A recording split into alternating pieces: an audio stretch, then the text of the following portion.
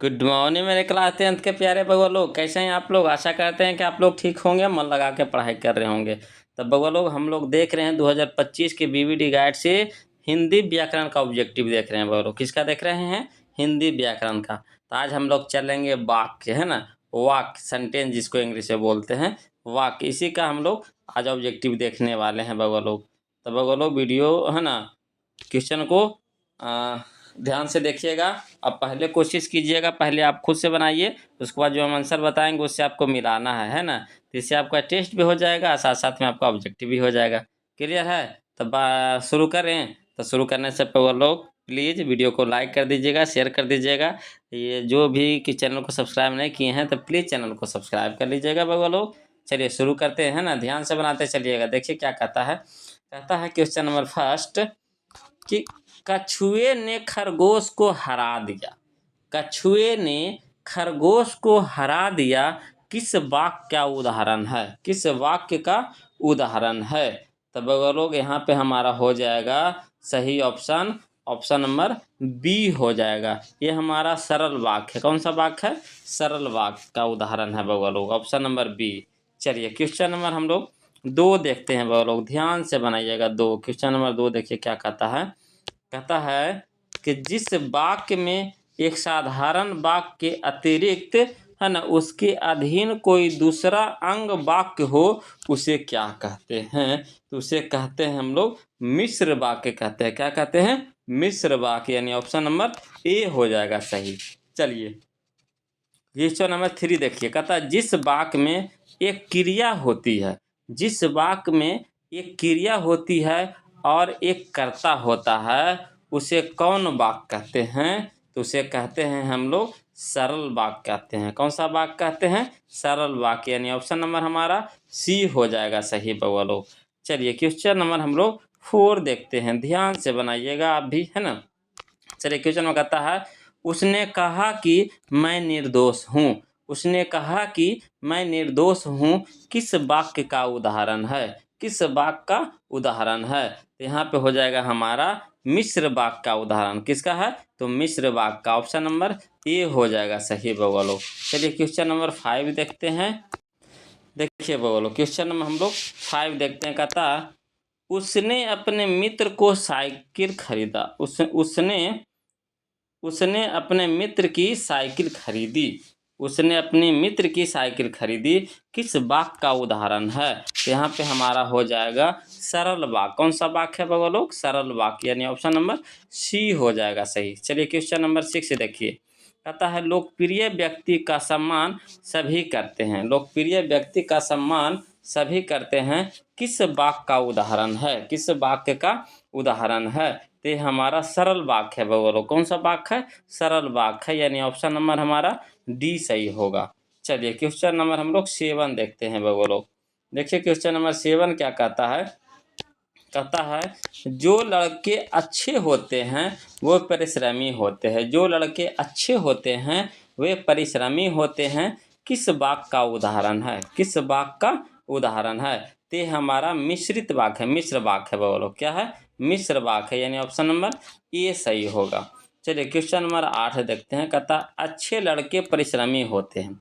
अच्छे लड़के परिश्रमी होते हैं, कौन वाक्य का उदाहरण है? कौन सा वाक्य का उदाहरण है? तो हमारा है सरल वाक्य है। कौन सा वाक्य है? सरल वाक्य है, ऑप्शन नंबर बी होगा, है ना, सही ऑप्शन होगा बउआ लोग, है ना। तो इससे आपको भी परीक्षा में 1 से 2 नंबर आपको एकदम फिक्स है। 1 से 2 नंबर आपको फिक्स है बउआ लोग के रहता है इस तरह के वाक्य, है ना। तो चलिए आपको ध्यान से बनाते चलना है ना।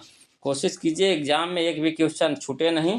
चलिए बउआ लोग क्वेश्चन नंबर हम लोग अब 9 देखते हैं। चलिए देखिए बउआ लोग क्वेश्चन नंबर हम लोग 9 देखते हैं। कहता है उसने कहा कि मैं कल पटना जाऊंगा।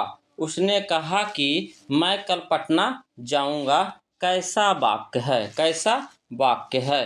ते हमारा हो जाएगा, है ना, मिश्र वाक्य। कौन सा वाक्य है बउआ लोग?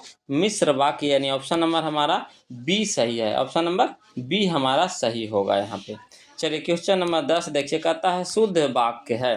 यहाँ पे शुद्ध वाक्य है, तो बताइए कौन सा, है ना, ऑप्शन में सही वाक्य लिखा हुआ है? तो यहाँ पे लिखा हुआ हमारा ऑप्शन सही हो जाएगा, ऑप्शन नंबर बी सही है ना। रोटी ताजी है, रोटी ताजी है। हवा बहता नहीं बोलो, हवा बहती, ये भी गलत है। दाल अच्छा, दाल अच्छी है, ये होता है। आज की ताजी खबर, आज की ताज़ा खबर, आज का ताज़ा खबर, ये भी गलत है ना। रोटी ताजी है, ये हमारा ऑप्शन नंबर बी सही होगा, है ना। चलिए क्वेश्चन नंबर हम लोग 11 देखते हैं बोलो। क्वेश्चन नंबर 11 देखिए क्या कहता है। कहता है ड्राइवर जरा दूसरे चक्कों को भी देख लो, ड्राइवर जरा दूसरे चक्कों को भी देख लो और पंप ले जाकर हवा भर दो, और पंप ले जाकर हवा भर दो। यह कौन सा वाक्य है, यह कौन सा वाक्य है।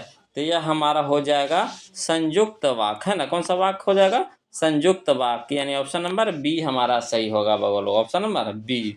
चलिए क्वेश्चन नंबर हम लोग 12 देखते हैं, ध्यान से बनाइएगा बगलो। क्वेश्चन नंबर 12 कहता है